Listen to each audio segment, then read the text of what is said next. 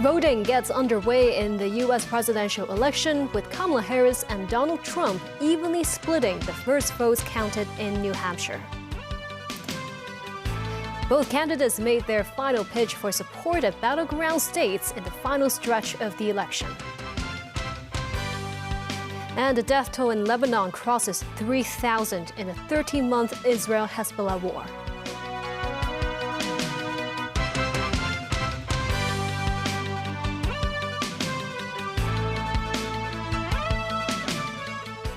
Good evening, and thank you for joining us.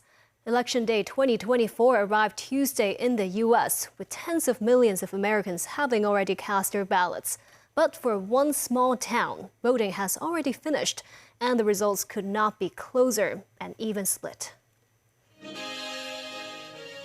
The small town of Dixville Notch, New Hampshire, has a tradition dating back to 1960 for being the first in the nation to complete in-person voting.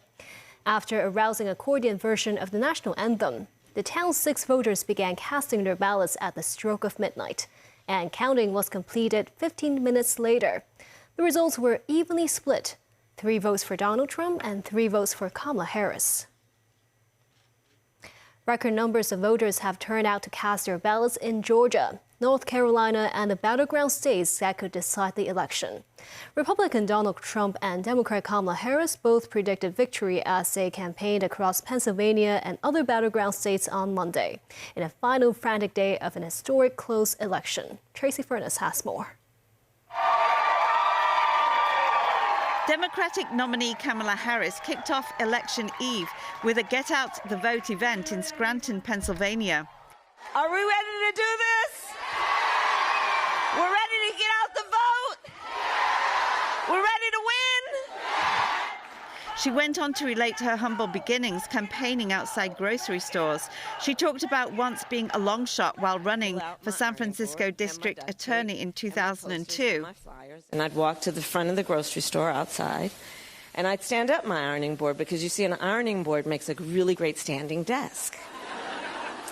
And I'd use the duct tape to tape my posters on the outside of the thing, and I'd put my flyers on top of the ironing board, and I would require people to talk to me as they walked in and out of the grocery store. Later, Harris went door to door in Reading, Pennsylvania, accompanied by 2 campaign volunteers. Well, you got my photo ready. Flanked by Pennsylvania Governor Josh Shapiro and New York Representative Alexandria Ocasio-Cortez, Harris mingled with diners in a Puerto Rican restaurant in Reading.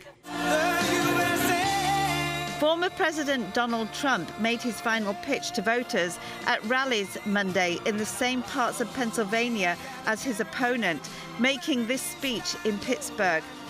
My message to Americans tonight is simple. We do not have to live this way. We don't. We don't. And we won't. We won't. We do not have to settle for weakness, incompetence, decline, and decay. With your vote tomorrow, we can fix every single problem our country faces and lead America,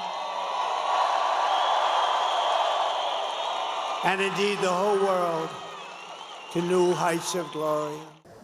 As of Monday, Associated Press tracking of advance voting nationwide showed roughly 82 million ballots cast, slightly more than half the total number of votes cast in the presidential election 4 years ago. Tracy Furness, TVB News.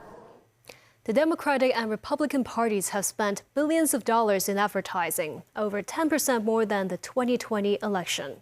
Both parties have concentrated their resources in 7 key swing states. Trevor Lee visited 2 of these battleground states and talked to the voters there.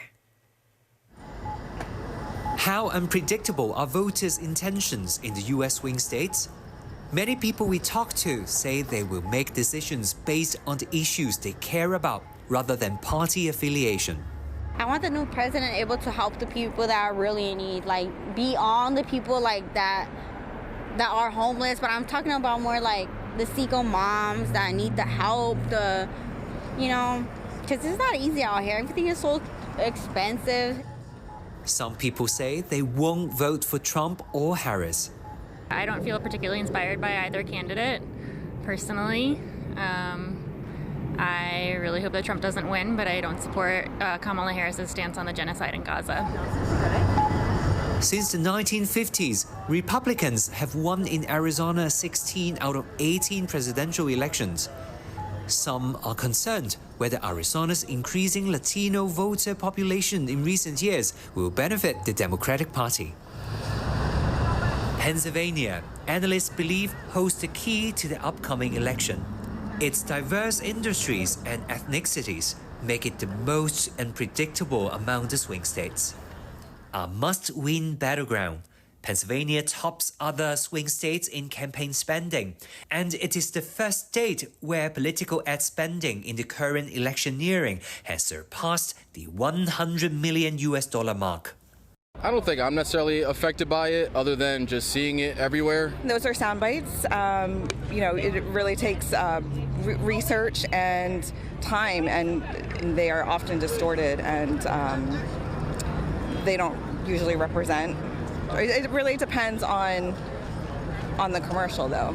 There are some that are accurate, some that aren't, on both sides.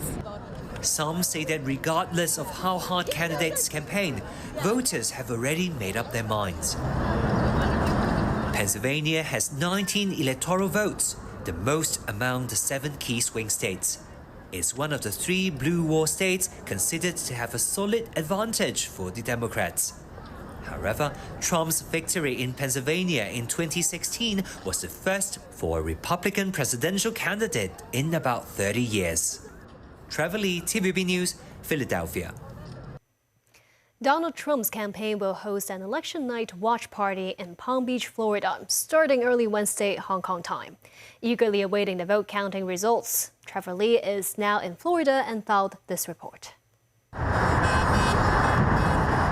As the final stretch of the election unfolds, Trump supporters are passionately urging people to come out and vote.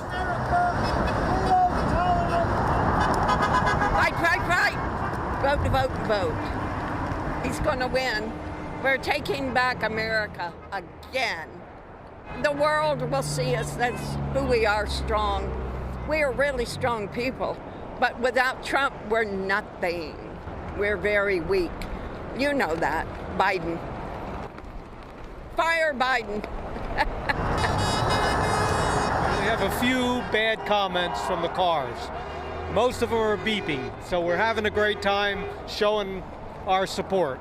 I just know that he's going to improve what we've been having a problem with for the past 4 years. We don't like it, we're just supporting the other side that we like. Florida has solidified its status as a Republican stronghold. Trump previously won 29 electoral votes here and is expected to secure all 30 this time around. On election night, Trump will gather with family and supporters at the Palm Beach County Convention Center to await the results. Recently, while he was golfing in the same area, a man pointed a rifle at the golf course, sparking suspicions of an assassination attempt. As a precaution, security has been significantly heightened around the venue of the watch party. Temporary barriers have been set up, similar to those in Washington, D.C. Donald Trump held his election night watch party in New York and Washington, D.C. respectively in 2016 and 2020. This time, he has chosen Florida as the venue, which is just a 10-minute drive from his home at Mar-a-Lago. Trevor Lee, TVB News, Florida. TVB Pearl will carry live coverage of the U.S. election by NBC News starting at 6 a.m. Hong Kong time tomorrow. A Pennsylvania state judge has allowed billionaire Elon Musk's $1 million a day giveaway to swing state voters to proceed. But a lawsuit says the giveaway violates state consumer protection laws. With a tightly contested U.S. presidential election between Donald Trump and Kamala Harris, lawyers for Musk's pro-Trump America PAC sought to persuade the judge that the contest was not an illegal lottery. Tesla CEO Musk has already given away $16 million to registered swing state voters who qualify for the giveaway by signing his political petition pledging to support free speech and gun rights. Philadelphia District Attorney Larry Krasner called the sweepstakes a scam designed to actually influence a national election and asked that it be shut down. The judge denied Krasner's bid in a written order after Musk's lawyers said the winners are paid spokespeople and not chosen by chance. We're in court today because some district attorney in Philadelphia wants to silence Elon Musk for supporting Donald Trump. Let me be clear about one thing.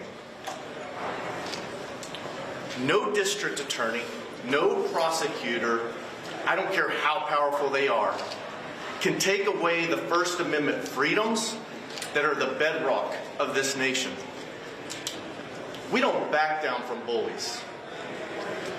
We don't allow our rights to be trampled upon by partisan agendas masquerading as legal arguments. In the end, truth will not be bullied, and neither will my client. Israel hit sites in Gaza and Lebanon, with casualties reported in both locations. Palestinians say strikes killed at least 10 people today as the IDF targets Hamas in Gaza.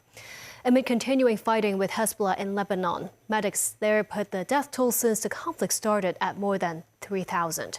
David Garrett reports.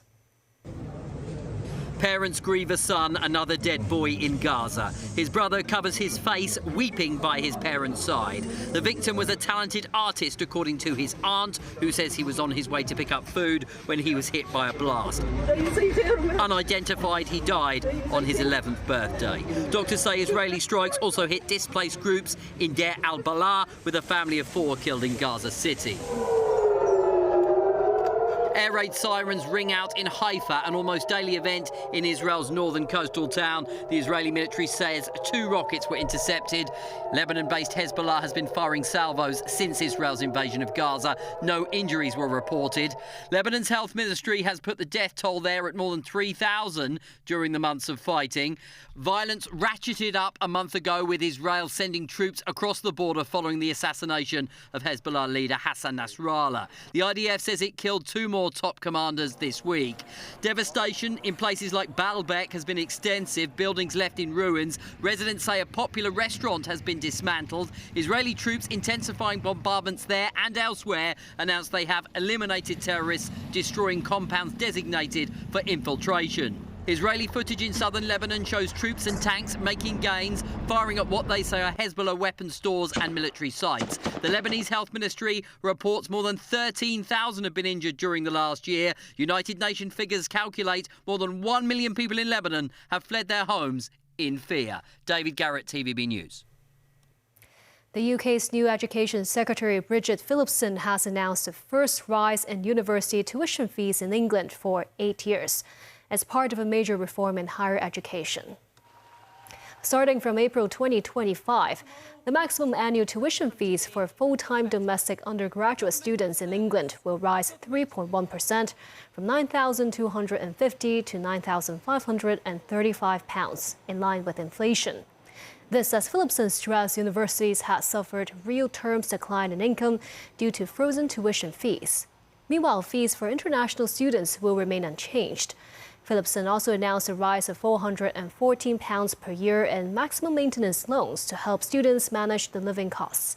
She said the government will announce further major reform for long-term university investments in the next few months. And still ahead, Premier Li Qiang pledges a further opening up to trading partners at the China International Import Expo in Shanghai. Word that the 3-runway system at Hong Kong International Airport will be fully opened later this month.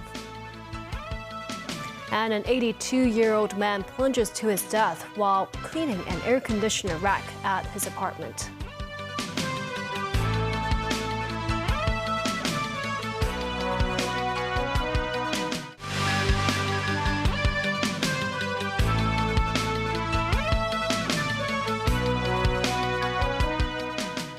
Welcome back. Premier Li Qiang has pledged a broader opening up to trading partners at the 7th China International Import Expo in Shanghai.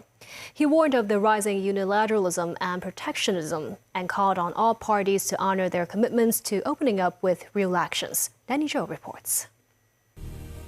The opening ceremony of the latest edition of the China International Import Expo, or CIIE, was held today, drawing leaders from Malaysia, Uzbekistan, Kazakhstan and Mongolia. Noting this year's record number of participating countries and exhibitors, Premier Li Qiang stressed in his keynote speech that CIIE stands as a telling example of China's steadfast opening up. Li said China is committed to easing market access in the fields of telecommunication, education, culture and medical care. The Premier expressed his confidence that China will achieve its economic goals, lauding Beijing's recent stimulus measures. There is ample space for fiscal and monitoring policies, he said, and macroeconomic regulation practices will be more targeted and effective. Li also vowed to beef up policy support for improving the business environment and provide equal opportunities in accessing production factors, qualification licensing and participation in government procurement. And China will look to upgrade its free trade zones and explore free trade and investment agreements with other nations. The 7th CIIE, which will run through November the 10th, has attracted nearly 3,500 companies and institutions from around the world. Hong Kong is making a strong presence this year. 2 dedicated pavilions are showcasing a wide range of products and services from 52 Hong Kong firms. The SAR's Chief Executive John Lee today led a government delegation to tour the exhibition area to show their support. Lee later attended the Shanghai Forum of the 2024 Hong Kong Investment Promotion Conference to drum up investment and promote cooperation between the two cities. Danny Zhou, TVB News. Acting Financial Secretary Michael Wong today said the 3-runway system at Hong Kong International Airport will be fully opened on November 28th. Wong said with the launch of the new system, the airport will be able to handle 120 million passengers and 10 million tons of cargo annually. Musin reports. After 13 years of construction work at a cost of $141.5 billion, the 3-runway system has finally been completed and will be put into service on November 28th. Speaking at the Super Terminal Expo, Acting Financial Secretary Michael Wong said the launch of the system will further enhance the city's status as an aviation hub. We'll eventually be able to handle 120 million passengers and 10 million tons of cargo every year. In the last financial year, our airport handled 45 million passengers and 4.5 million tons of cargo. So the increases brought about by 3RS are very substantial.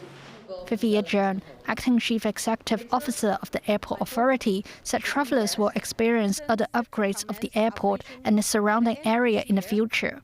Other facilities of the airport city are opening in phases in the coming year. The airport city will become an iconic landmark in the Great Bay Area and attract visitors from all around the world. To celebrate the completion of the 3-runway system project, a 10 km international race will be held on the center landing field on November 17th. A total of 12,000 runners will join the event, including 4 world-class female athletes. Minus 9, TVB News. The inaugural Super Terminal Expo is being held at Asia World Expo over these 3 days. More than 100 international airlines, airport operators, and tech companies are taking part in the event. The 3-day Super Terminal Expo is being staged as the government sets its sights on the development of the low-altitude economy in Hong Kong.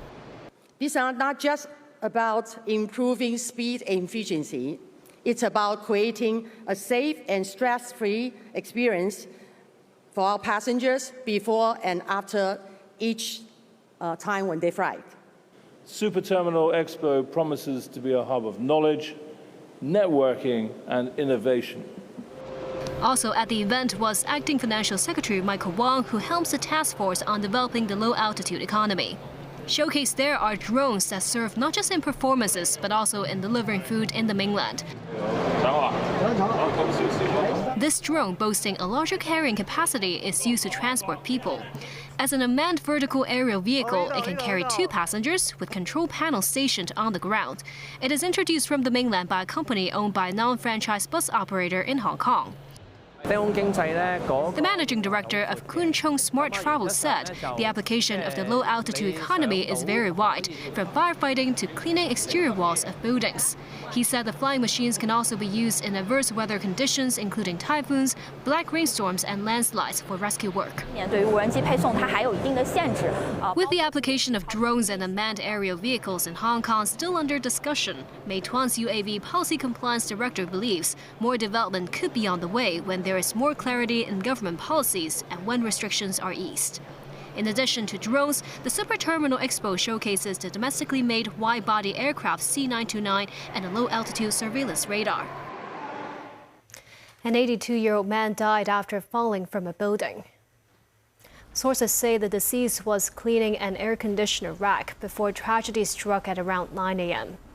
Police cordoned off the area at New Kwai Fong Gardens in Kwai Chung after the incident. The man was pronounced dead at the scene. And that's the news. Thank you for watching.